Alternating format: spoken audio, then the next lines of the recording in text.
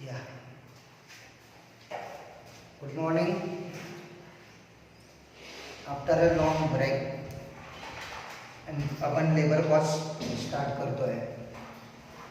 Actually या टॉपिकचं नाव आहे employee cost. Employee cost म्हणजे तुमचा लेबर कॉस्ट.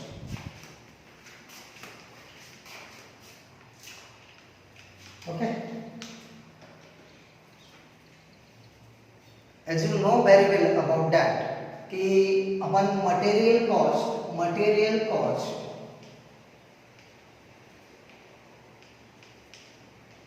त्यानंतर लेबर कॉस्ट आणि ओव्हरहेड कॉस्ट हे 3 टॉपिक आहेत.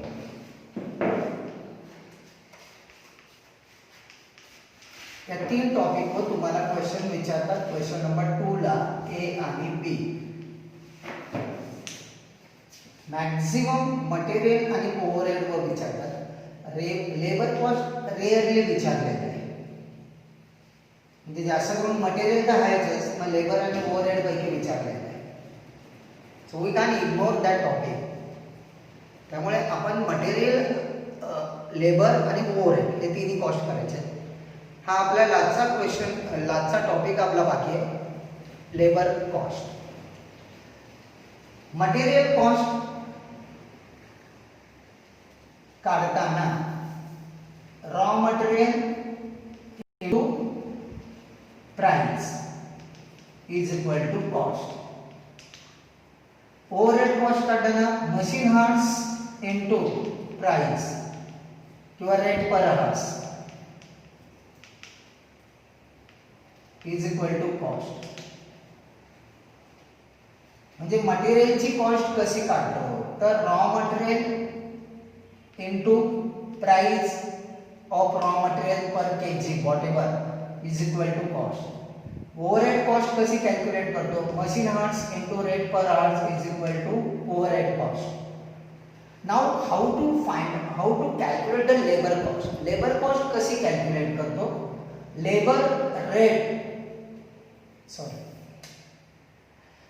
Labour hours into rate per hours is equal to labour cost. म्हणजे बेसिक सांगतो ते मी.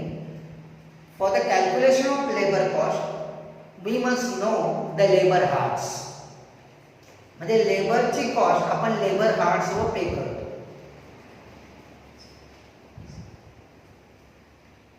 सो हे 3 चॅप्टर आहेत. या 3 चॅप्टर पैकी 2 क्वेश्चन तुम्हाला एक्झामला विचारणार आहेत. मटेरियल आपण 50 ते 55 क्वेश्चन सॉल्व केले. ओव्हरहेड अराउंड 70 क्वेश्चन सॉल्व केले. ओव्हरहेड वर पण अराउंड 40 to 50 क्वेश्चन आहेत. ते पूर्ण क्वेश्चन आपण सॉल्व करायचे. पण ओव्हरहेड लेबर कॉस्ट कंपॅरेटिव्हली दोघांपेक्षा थोडा इझी टू अंडरस्टँड आहे. जी मुलं बीकॉमला होती, म्हणजे बीकॉम किंवा बॅकला होती, त्यांना हे खूपच इझी जाईल.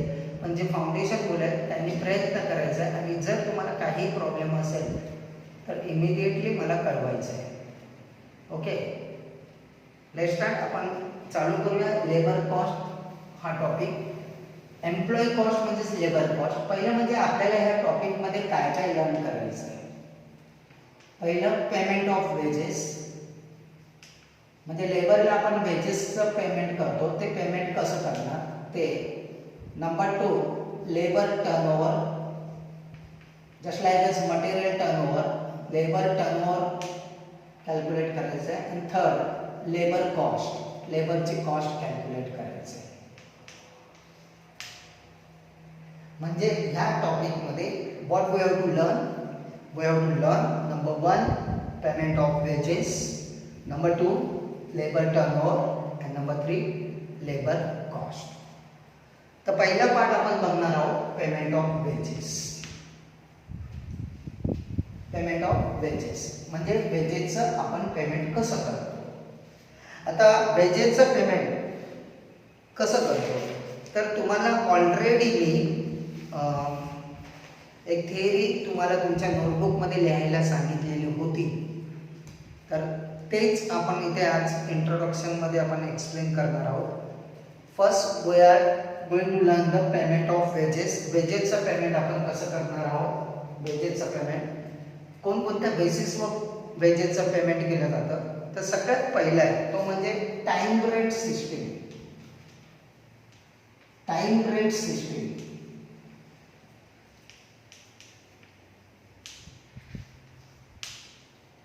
टाइम रेट सिस्टीम म्हणजे काय?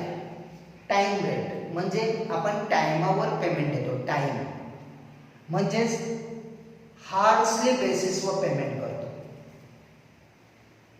लेबर म्हणजे वर्कर, म्हणजे तो वर्कर आपल्या फॅक्टरीमध्ये किती तास काम करतोय, किती तास काम करतो त्या तासावर आपण त्याला पेमेंट देतो. तासावर पेमेंट देतो, हार्स बेसिसवर पेमेंट देतो आणि म्हणून त्याला बोललंय टाइम रेट सिस्टम. म्हणजे टाइमचा रेट देतो आपण त्याला. मग how to calculate the wages? It's a simple. Wages is equal to hours work, actual hours work किंवा हार्स वर्क. हार्स वर्क म्हणजे त्या आपल्या एम्प्लॉईने, त्या आपल्या लेबरने किती तास ऍक्च्युअल काम केलेलं आहे, actual hours work into rate per hours. म्हणजे एका तासाचा रेट, म्हणजे त्याने जेवढे तास त्यांनी काम केलेलं असेल त्या तासाप्रमाणे त्याला पेमेंट दिलं जाणार. Are you getting that?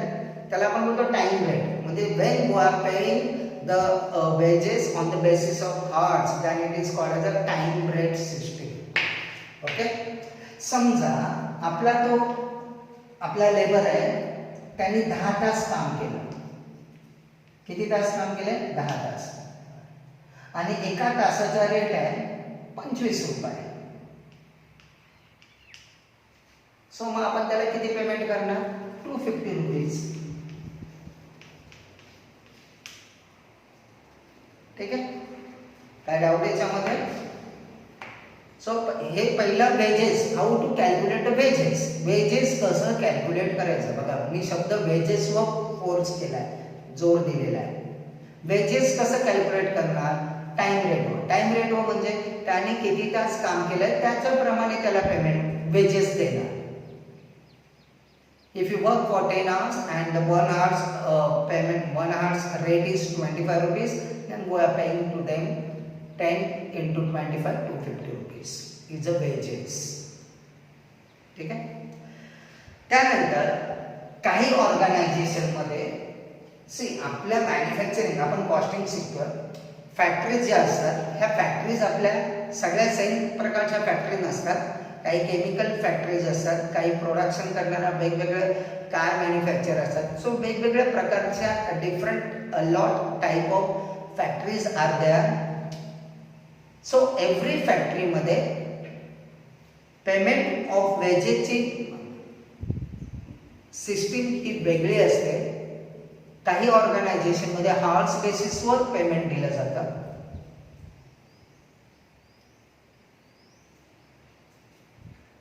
आता इट हॅपन्स समटाइम. समजा एखादा वर्कर आहे, त्याला माहिती आहे की जाऊन कामावर बसणं, म्हणजे काही असे वर्कर पण आहेत की ते येऊन फक्त बसतात आणि काम करत असतात. त्याला माहिती आहे की आपण एवढे तास भरले की आपल्याला पेमेंट मिळणार. मग तो काय करतो? हळूहळू काम करतो, स्लो वर्क करतो. आता जेव्हा तो स्लोली वर्क करणार काय होणार त्याच्यामुळे? when he work slowly, the output going to be less. म्हणजे प्रोडक्शन जे आहे ते लेस होणार आणि प्रोडक्शन लेस झाल्यामुळे त्याचं जो नुकसान होणार आहे ते कंपनीला होणार आहे. आणि म्हणून इन सम केसेस काही फॅक्टरी ज्या असतात त्या हार्स बेसिसवर वर्करला पेमेंट करत नाही. कारण वर्कर काय असतात माहिती आहे? वर्कर बरेच, सगळेच वर्कर चांगले नसतात. काही वर्कर चांगले असतात, काही म्हणजे स्लो मोशन मध्ये पण असतात की हळूहळू काम करणारे असतात.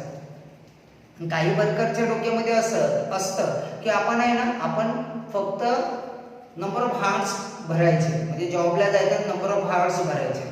बस तेवढे तास भरले की आपल्याला पेमेंट मिळणार. They are not bothering about the production.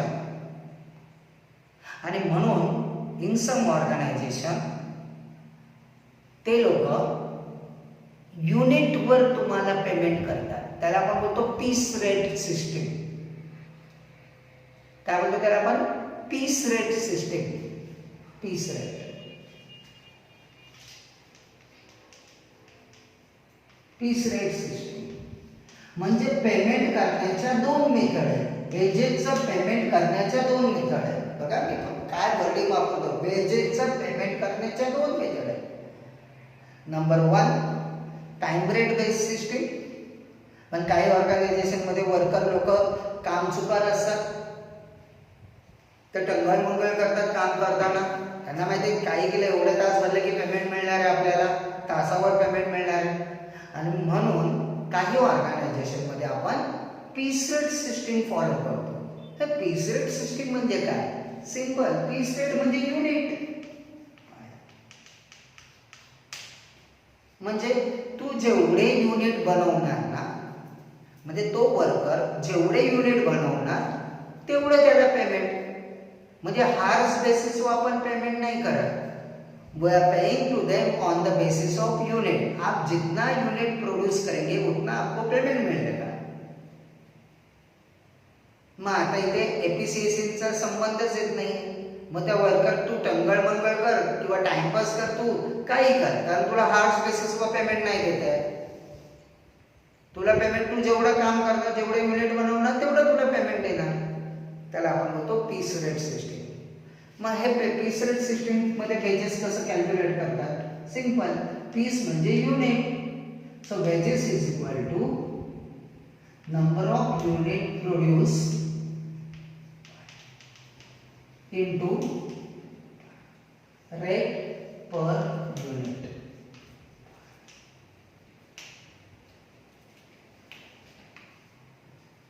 कळलं? वेजेसच्या दोन सिस्टीम आहे. पहिला time rate system, actual hours work into rate per hours. आणि दुसरा piece rate system, number of unit produce into rate per unit. फाउंडेशनच्या मुलांनी जरा लक्ष देऊन ऐकायचं. याच्यामध्ये काय आहे? इथे मी काय घेतलंय? हार्स.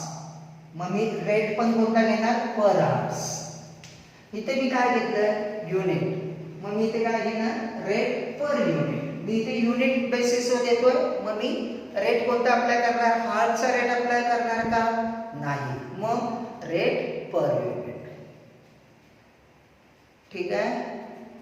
इथपर्यंत कळलं? सो वेजेस पेमेंट करण्याच्या दोन मेथड आहेत. टाइम रेट सिस्टीम आणि एक पीस रेट सिस्टीम. याला आपण स्ट्रेट पीस रेट पण बोलतो. ओके, नोट्समध्ये लिहून दिलं तिथे पुढे बघा.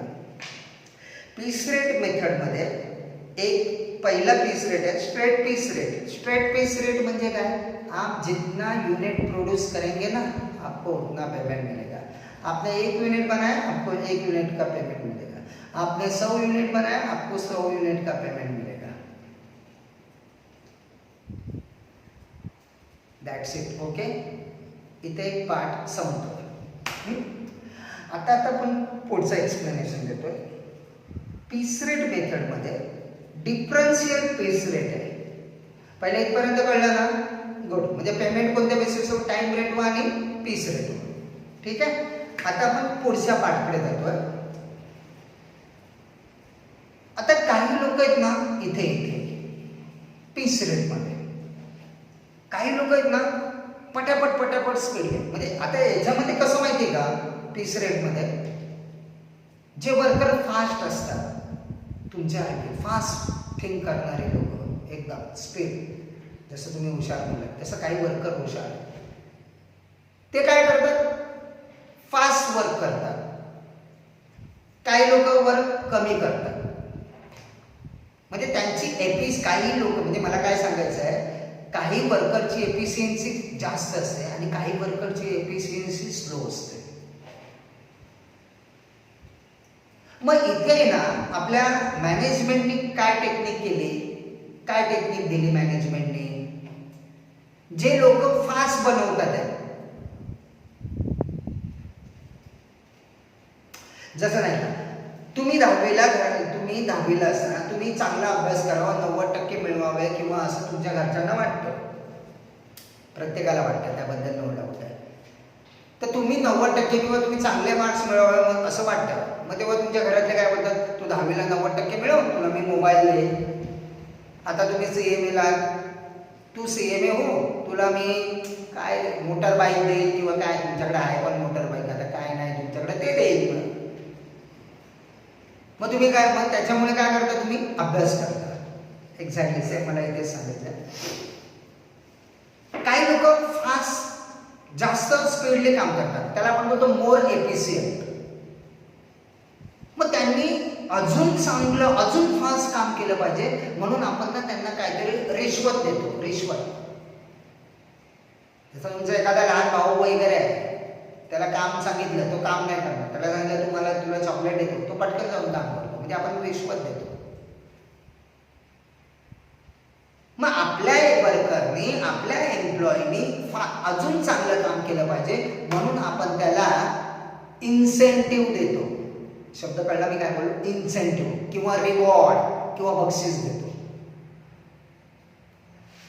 आता हे जनरल असा कन्सेप्ट आहे, म्हणजे तुम्ही अजून कुठे जॉबला नाही आहे त्यामुळे तुम्हाला तेवढं पटकन लक्षात येणार नाही, पण द जनरली पब्लिक जेव्हा कुठे जॉबला असतं, तुम्ही त्याला एखादं गिफ्ट आणून दिलं तर त्याला तेवढी मजा येत नाही. पण त्याला तेच गिफ्ट जर इन कॅश मध्ये दिलं, then he will be very happy.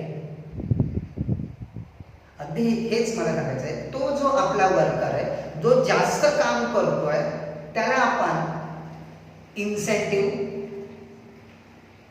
किंवा reward in terms of cash मध्ये जर दिलं, अजून जास्त दिलं, तर तो काय विचार करेल, बघ मी जास्त काम केलं म्हणून मला बक्षीस मिळालं, मी अजून जास्त काम करतो. म्हणजे त्याच्यामुळे कंपनीचा फायदा काय होणार, प्रोडक्शन वाढणार.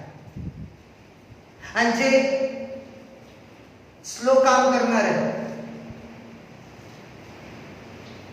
त्यांना आपण असं सांगितलं की तुम्ही अजून चांगलं काम करा, तुम्हाला अजून देईल. मग ते काय करणार, जे लेस एफिशियंट वर्कर आहे ते थोडं अजून प्रयत्न करणार, म्हणजे जेणेकरून त्यांना त्यांचं काम, त्यांची एफिशियन्सी वाढेल.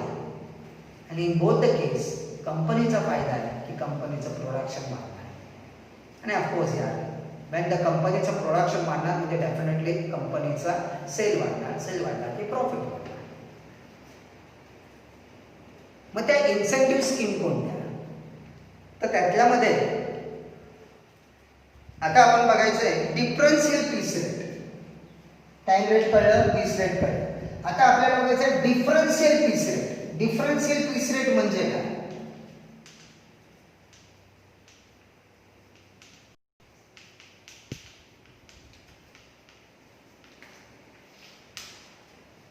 इथे मी शब्द वापरेल स्ट्रेट पीस रेट. कोई भी रहने दे, एफिशिएंट वर्कर रहने दे, इनएफिशिएंट, बघा वर्डिंग माझं लक्षात ठेवा. स्ट्रेट पीस रेट का मतलब क्या है, कोई भी रहने दे, मोर एफिशिएंट एम्प्लॉई रहने दे, लेस एफिशिएंट एम्प्लॉई रहने दे, मेरा पीस रेट सबको सेम है, सबके लिए मेरा पीस रेट वही है, एक ही है. इसको बोलते हैं हम लोग स्ट्रेट पीस रेट. फिर डिफरेंशियल पीस रेट का मतलब क्या है, सर डिफरेंशियल पीस रेट म्हणजे वेगवेगळ्या एम्प्लॉईला वेगवेगळ्या पीस रेट कंपनी चार्ज करणार. म्हणजे जर जो एम्प्लॉई मोर एफिशियंट असेल त्याला वेगळा पीस रेट, जो लेस एम्प्लॉई असेल त्याला लेस पीस रेट. तुमच्या कॉलेजमध्ये जो पिऊन असतो आणि जो प्रिन्सिपल असतो, दोघांचं पेमेंट सेम असतं का, नाही ना, रेट वेगवेगळा असतो ना. डिफरन्शियल पीस रेट, आता ती सॅलरी भेटते तो पार्ट वेगळा राहूया, आपण इथे फॅक्टरीमध्ये विचार करू. डिफरन्शियल पीस रेट म्हणजे वेगवेगळ्या एम्प्लॉईला वेगवेगळा पीस रेट आपण कंपनी चार्ज करणार. ठीक आहे, म्हणजे पहिलं डिफरन्शियल पीस रेट म्हणजे कळलं काय, वेगवेगळ्या एम्प्लॉईला वेगवेगळा पीस रेट चार्ज करणार. मी ते एक सांगायचं राहिलं ते एक सांगतो. Number of unit produce into rate per unit. म्हणजे समजा त्याने 10 युनिट बनवले आणि एका युनिटचा रेट आहे 20 रुपये. म्हणजे हा एका युनिटचा रेट आहे 20 रुपये. त्याने 10 युनिट बनवले म्हणजे त्याला किती देणार? 200 रुपये. ओके. आता डिफरन्शियल पीस रेट मध्ये काय येतं? तो जर एम्प्लॉई मोर एफिशियंट असेल तर त्याला 20 रुपये नाही देणार, 22 रुपये दे. चल, तू जास्त चांगलं काम करतोय, एकदम भन्नाट काम करतोय, तुझ्यामुळे कंपनीला प्रॉफिट होतोय, तुला मी एका युनिटचा 22 रुपये रेट देतो. झालं. म्हणजे त्याला 220 रुपये मिळणार. म्हणजे 20 रुपये जास्त बाकीच्या एम्प्लॉईपेक्षा. जो ॲव्हरेज एम्प्लॉई त्याला 20 रुपये म्हणजे त्याला 200 रुपये मिळणार. आणि जो लेस एफिशियंट आहे त्याला सांगणार तू आहे ना खूप स्लो काम करतो, तुला पनिशमेंट मी देणार, तुला फाईन म्हणून तुला मी 18 रुपयाने रेट देणार. Because you are a slow moving worker, less efficient worker. So I am going to pay you by 18 rupees. म्हणजे त्याला 180 रुपये मिळणार. म्हणजे काही वर्करला 180 नी पेमेंट, काही वर्करला 200 नी पेमेंट, काही वर्करला 220 नी payment. That is called the differential piece rate. म्हणजे पीस रेट म्हणजे unit rate, per unit rate हा वेगवेगळ्या वर्करला वेगवेगळा असणार. Got it? सो त्याच्यामध्ये पहिला जो आहे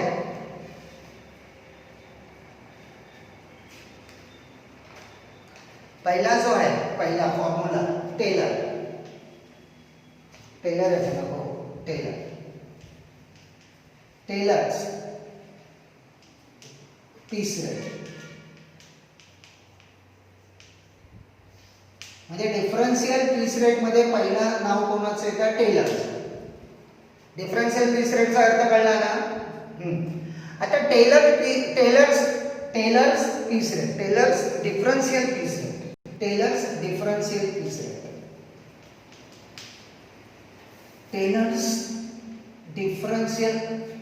पीस रेट म्हणजे काय? टेलर म्हणजे त्यांनी तो शोध लावलेला आहे ह्या फॉर्म्युल्याचा. म्हणजे पेमेंट करताना ह्या अशा पद्धतीने पेमेंट करावं असं टेलरने सांगितलेलं आहे. सो टेलर्स पीस रेट म्हणजे काय? टेलरनी एक फॉर्म्युले बनवलेले आहेत. According to the Taylor you pay like this. तो फॉर्म्युला आहे. मग आता टेलर काय सांगतो? टेलरने 2 फॉर्म्युले दिलेले आहेत. तो काय सांगतो? टेलर काय सांगतो? जर त्या एम्प्लॉईचं, जर त्या लेबरचं एफिशियन्सी नाही, प्रोडक्शन, जर त्या लेबरचं प्रोडक्शन बिलो स्टँडर्ड असेल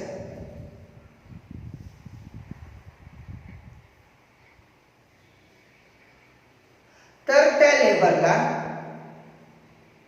जो पीस रेट असेल तेवढा पूर्ण द्यायचा नाही, त्याच्या 80% द्यायचं.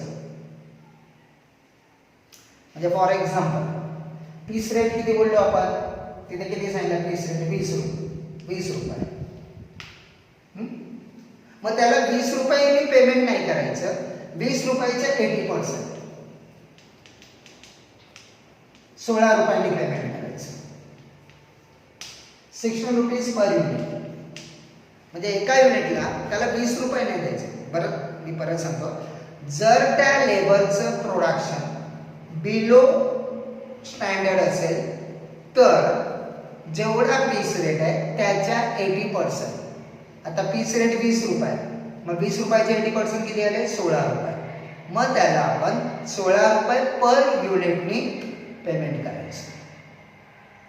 हे कोणाचं म्हणणं आहे? टेलरचं. आणि जर एखादा एम्प्लॉई आहे त्याचं प्रोडक्शन, मी प्रोडक्शनवर शब्द बोलतो, I am not using the word efficiency. त्याचं प्रोडक्शन जर अबोव स्टँडर्ड असेल तर जेवढा पीस रेट आहे त्याच्या 120% पेमेंट करायचं. मग 20 रुपयाचा 120%, 24 रुपये.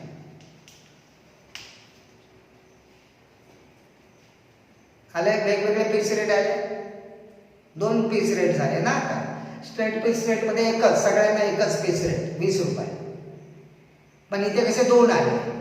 2 कसं काय सांगितलंय, काय टेलरनी काय सांगितलंय, ज्याचं प्रोडक्शन बिलो स्टँडर्ड आहे 80% ऑफ द पीस रेट, ज्याचं प्रोडक्शन अबोव स्टँडर्ड आहे 120% ऑफ पीस रेट. कळलं का डाऊट? मी तिथे लिहून पण दिलंय.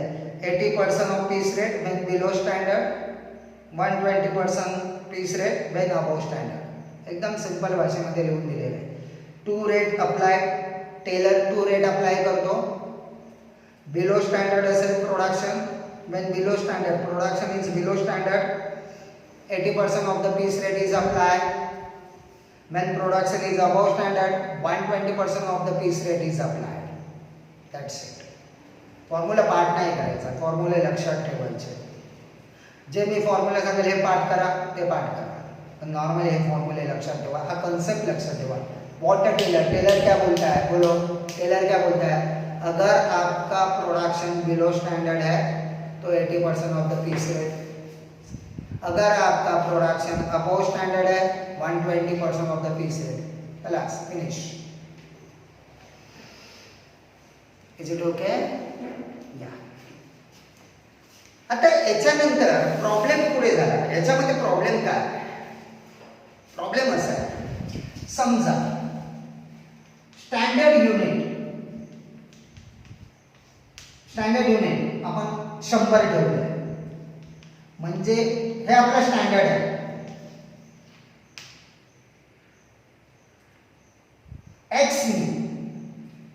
मिस्टर एक्सनी 99 युनिट बनवले, म्हणजे त्याला 1 युनिट कमी पडला स्टँडर्डला, तर पूर्ण 99 युनिटला 16 रुपयाचा रेट. आणि मिस्टर वायनी 101 युनिट बनवले, तर पूर्ण 101 युनिटला 24 रुपयाचा रेट.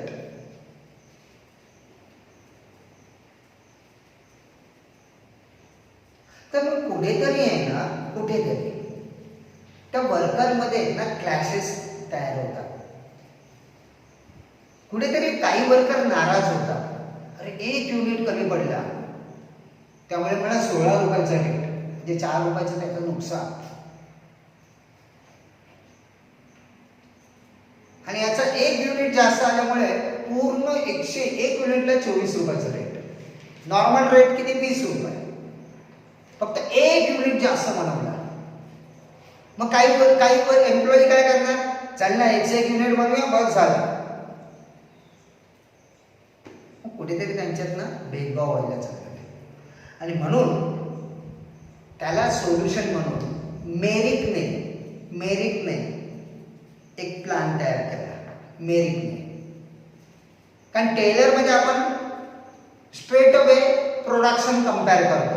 स्टैंडर्ड इतना है, एक्चुअल अगर ज़्यादा है हाई पीस रेट 120%, स्टैंडर्ड इतना है, एक्चुअल इससे कम है लो पीस रेट 80%. 80 आणि 120 लक्षात ठेवायचं. आणि मग हे कुठेतरी त्या लेबरमध्ये प्रॉब्लेम क्रिएट व्हायला लागला, नाराजी व्हायला लागली. आणि म्हणून मेरिकने त्याच्यावर उपाय म्हणून एक वेगळा फॉर्म्युला काढलाय. सो आपण आता मेरिकचे डिफरन्शियल पीस रेट बघूया. टेलरचं कळलं तुम्हाला नाव मेरिक. आता मेरिक काय सांगतो ते बघूया. मेरिक डिफरन्शियल पीस रेट. मेरिकने काय सांगितलंय, टेलरने एफिशियन्सी बघितली नव्हती. टेलर फक्त डायरेक्ट प्रोडक्शन बघतोय. टेलर फक्त प्रोडक्शन बघतोय. मेरिकने याच्यामध्ये चेंजेस काढला. मेरिकने काय सांगितलं, मेरिकने जर तुझं production up to 83% of the production असेल, म्हणजे तुझी एफिशियन्सी म्हणजे तू जे अचीव केलंय ते 83% up to 83% of the production असेल तर normal piece rate, normal piece rate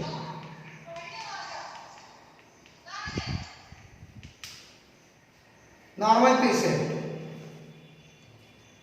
म्हणजे जर त्याची एफिशियन्सी म्हणजे समजा आपण इथे स्टँडर्ड लिहून ठेवलं, स्टँडर्ड 100 युनिट आहे आणि नॉर्मल रेट किती आहे, नॉर्मल पीस रेट 20 रुपये. हे स्टँडर्ड आहे आणि हा नॉर्मल पीस रेट आहे.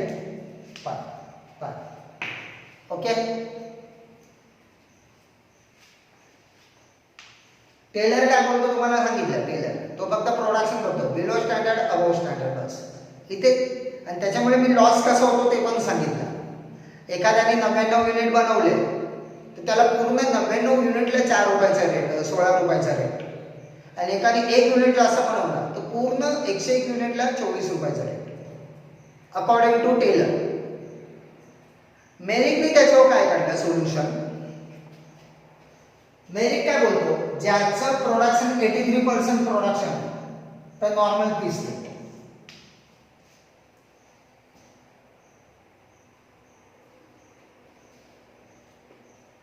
टेलर मध्ये काय होतं, टेलर मध्ये 90 युनिट बनवले, 99 युनिट जरी बनवले तर 20 रुपये रेट नाही, 16 रुपयाचा रेट, 80%.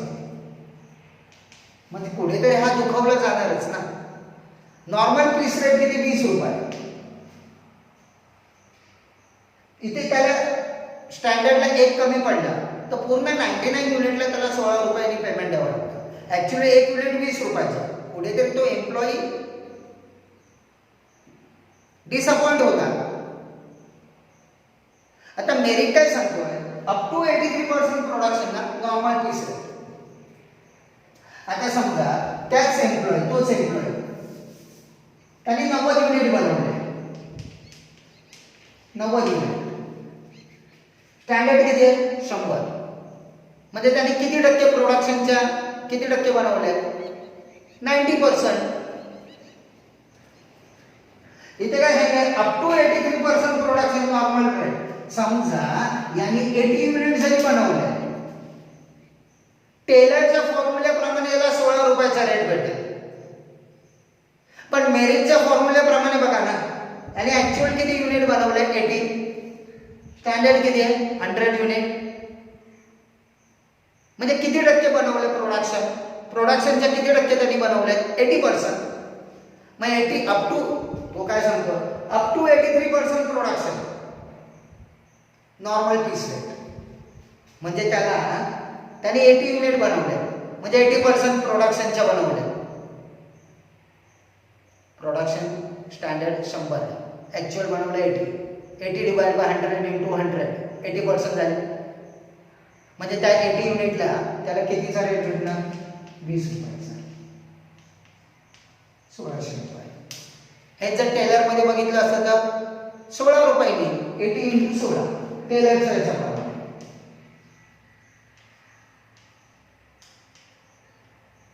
1280. म्हणजे त्या एम्प्लॉईचा लॉस आहे ना.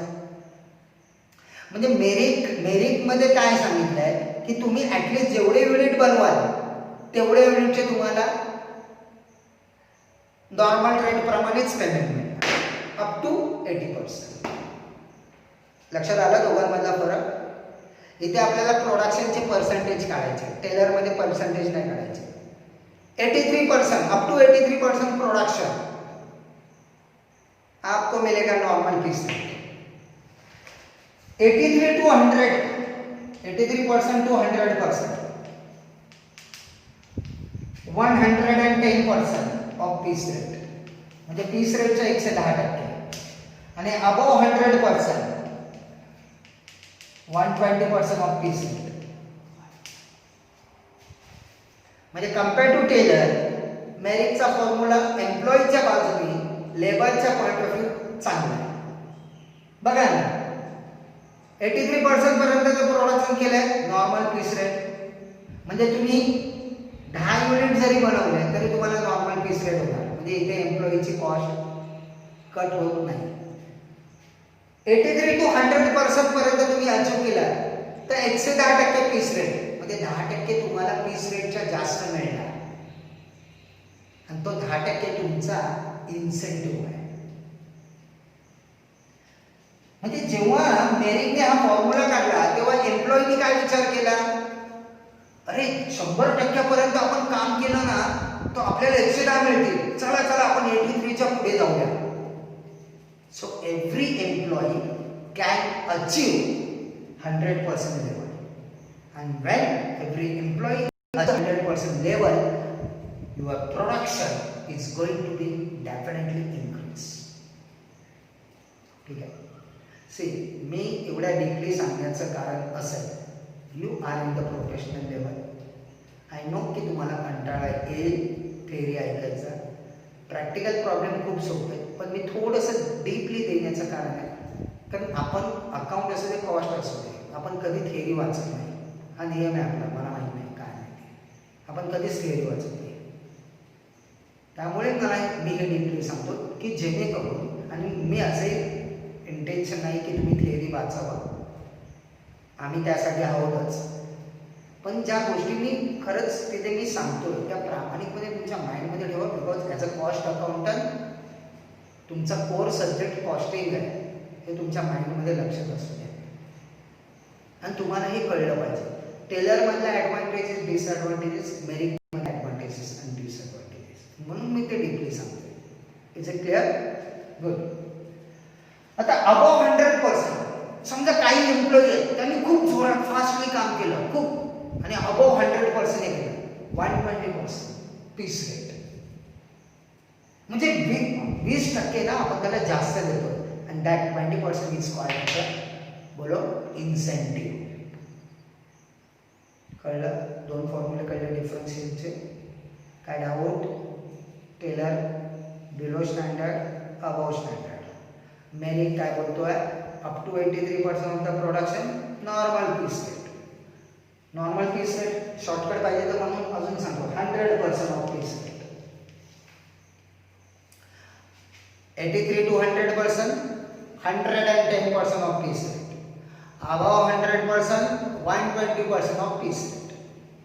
सो दो फॉर्मूले आपके दिमाग में फिक्स हो गए. Okay, next third one.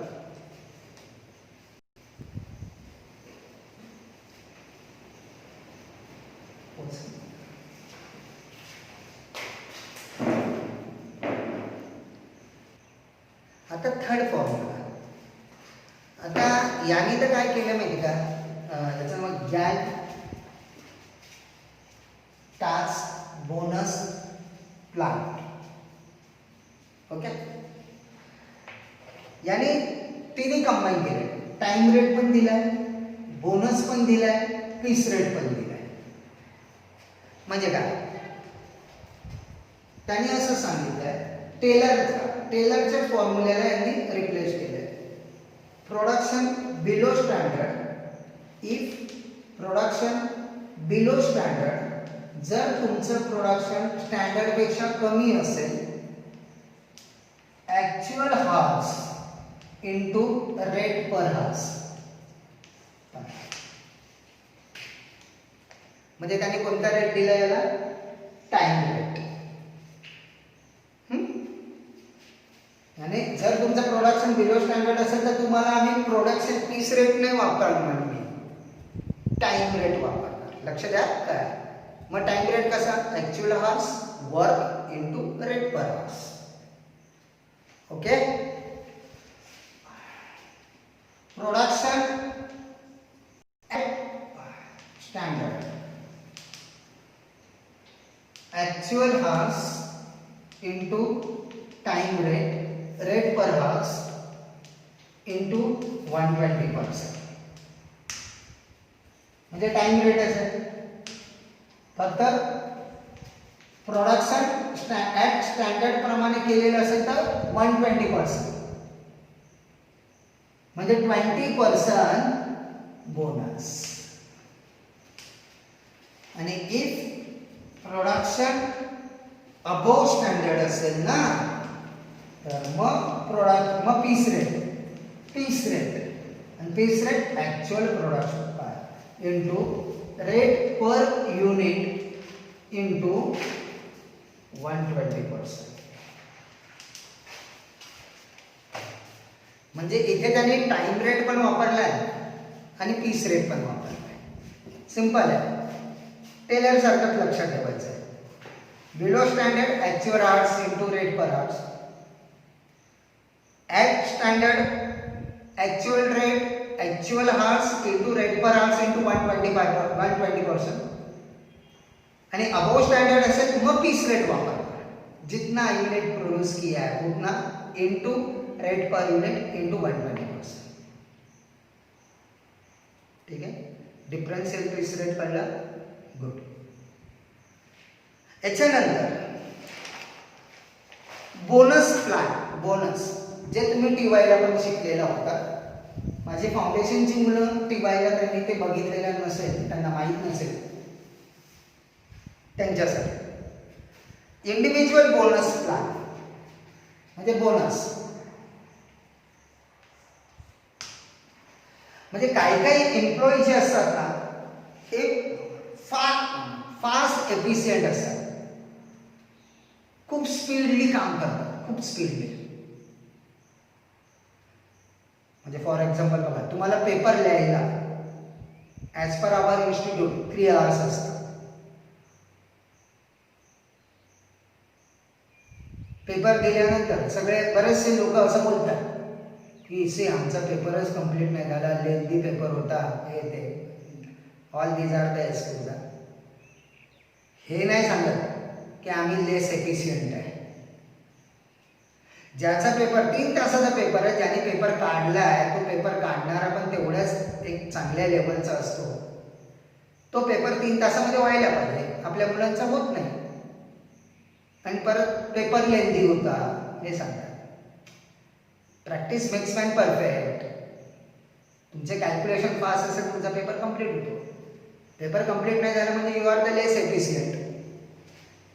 काही मुलांचे बरोबर 3 तासात पेपर होतात स्टँडर्ड लेवल, काही मुलांचा पेपर 2.5 तासामध्ये होतो. Efficient, more efficient. तसंच काम करताना पण स्टँडर्ड आवर्स दिलेले असतात, एवढं काम आहे, हे काम एवढ्या तासामध्ये झालं पाहिजे. काही लोक लवकर काम करतात, काही लोकांना वेळ लागतो. मग जे लोक लवकर काम करतात, म्हणजे समजा फॉर एक्झाम्पल 10 युनिट बनवायचे, 20 तास, म्हणजे एका युनिटला 2 तास, 10 युनिटला 20 तास. This is the standard time, standard hours we can say. पण काही तुमच्यासारखे हुशार मुलं असतात, तुमच्यासारखे, तुम्ही नाही, तुमच्यासारखे, त्यांनी हे काम 10 युनिटचं काम 15 तासामध्ये केलं.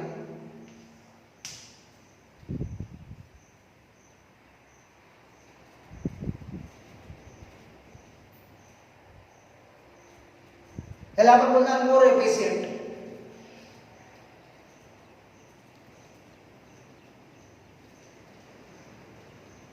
मग तो राहिलेला इथे त्याचे 5 तास सेव्ह झाले. मग त्याने 15 तासात काम केलं तो घरी गेला असं आहे का? असं नाही आहे. तो उरलेल्या 5 तासामध्ये अजून त्याने 5 युनिट बनवले किंवा 3 युनिट बनवले असं समजा. म्हणजेच याचा अर्थ अशा एम्प्लॉईला आपण त्या 15 तासाचं पेमेंट देतोय, त्याला वेजेस बोलतात. प्लस ह्या 5 तासामध्ये त्याने ॲडिशनल युनिट बनवलेले आहेत, त्याचं तर पेमेंट देणारच, पण जेवढे हे 5 तास सेव्ह केलेत ह्या 5 तासात आपण त्याला बोनस देणार. ती सिस्टीम आपण शिकतो.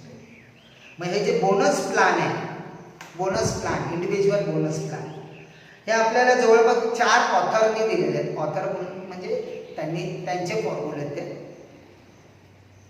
पहिलं Halsey premium plan, Halsey Weir plan, wire नाही Weir, Halsey Weir plan, Rowan plan आणि बार व्हेरिएबल शेअरिंग प्लॅन, असे 4 फॉर्म्युले. मी असं सांगेल हे 4 फॉर्म्युले तुम्ही 5 टाइम्स किंवा 10 टाइम्स स्वतःसाठी लिहा, माझ्यासाठी लिहू नका, कारण हे कन्फ्यूज करणार आहे. मी शिकवताना आता प्रयत्न करणार आहे की तुम्हाला चांगलं डोक्यात बसवायचं आहे, पण तरीसुद्धा तुम्ही 5 टाइम्स लिहा, थोडं बरं वाटेल बोटांना. एक्सरसाइज 3 महिने घरी बसून कंटाळला असता तुम्ही. ओके, सो पहिला आपण बघूया individual bonus plan, Halsey premium plan. आता तो काय सांगतो बघूया. Halsey premium plan.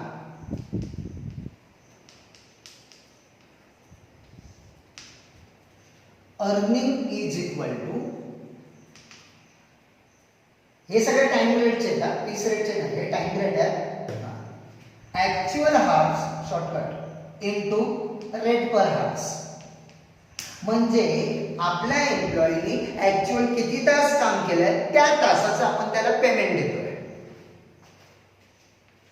This is called as a wages. मी नोट्स मध्ये पण दिलेलं आहे तुम्हाला. प्लस, आणि जेवढा त्याने टाइम सेव्ह केलाय ना, जसं इथे एक्झाम्पल कट केलं, 5 तास सेव्ह केलेले, त्या 5 तासामध्ये तो ॲडिशनल प्रोडक्ट युनिट बनवतोय, त्याचं पेमेंट त्याला मिळणार. पण हे 5 तास त्यांनी सेव्ह केले म्हणून त्याला आपण बोनस देणार.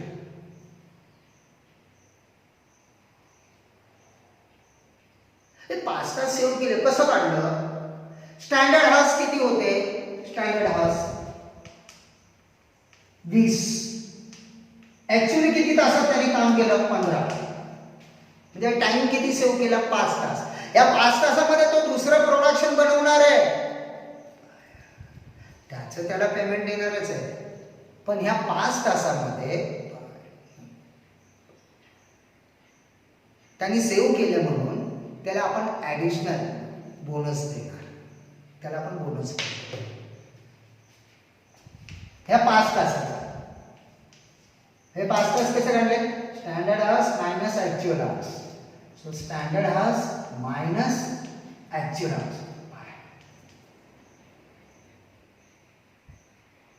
ब्रॅकेटमध्ये लिखते. यालाच आपण बोलना टाइम सेव. जितना आपने टाइम सेव किया है ना, उसका आपको बोनस मिलेगा.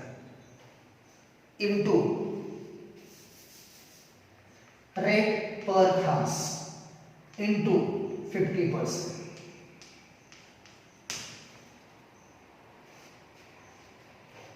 म्हणजे जेवढा टाइम सेव्ह केलाय तेवढ्या तासाचे त्याला पेमेंट देणार. पण तेवढ्या तासाचे त्याला पूर्ण पेमेंट नाही देणार, 50% पेमेंट देणार. म्हणजे 50% जे आहे ते याचा नाही आहे, टाइम सेव्हचा 50% नाही आहे, या रेटचा 50%. म्हणजे जर रेट 10 रुपये असेल तर त्याला 5 रुपयांनी पेमेंट देणार, असं त्याचा अर्थ आहे. 50%चा अर्थ कळला पाहिजे म्हणून ते दिलेलं आहे. तिथे दुसरा फॉर्म्युला पण आहे, हाफ घेतात, काही लोक हाफ घेतात. लक्षात आलं? ऍक्च्युली खरं काय लॉजिक आहे, तो जो रेट आहे ना, रेट पर आवर्स, त्याच्या अर्धे पेमेंट देणार. कळलं का? अर्धा का? कारण त्या 5 तासाचे त्याला दुसरे पैसे मिळणारच आहेत. पण त्या 5 तास सेव्ह केले म्हणून त्या 5 तासाचे अर्धे पेमेंट मिळणार. कळलं? आणि this is called as a bonus. Wages plus bonus is equal to earning. म्हणजे त्या एम्प्लॉईचं अर्निंग कसं काढणार? पहिलं वेजेस. Wages common. वेजेस काय? Actual hours into rate per hours plus bonus. Bonus कशाचा मिळतो? टाइम सेव्हचा. टाइम सेव्ह कसा काढणार? Standard hours minus actual hours into rate per hours into 50%. पक्का लक्षात राहील. टाइम सेव्ह कसा काढायचा? फॉर्म्युला पाठ नाही करायचा, लक्षात ठेवा. टाइम सेव्ह कसा? बोला बोला. Standard hours minus actual hours into rate per hours into 50%. खलास.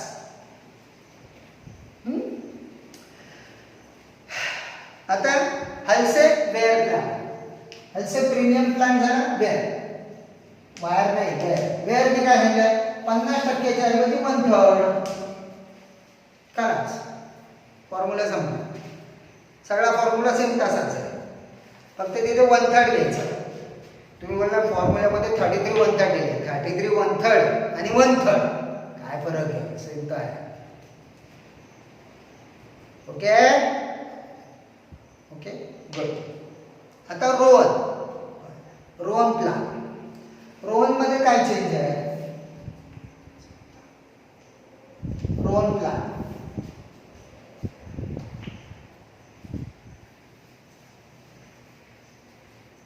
इथला सेम आहे, वेजेस सेम आहे. इथे standard hours minus actual hours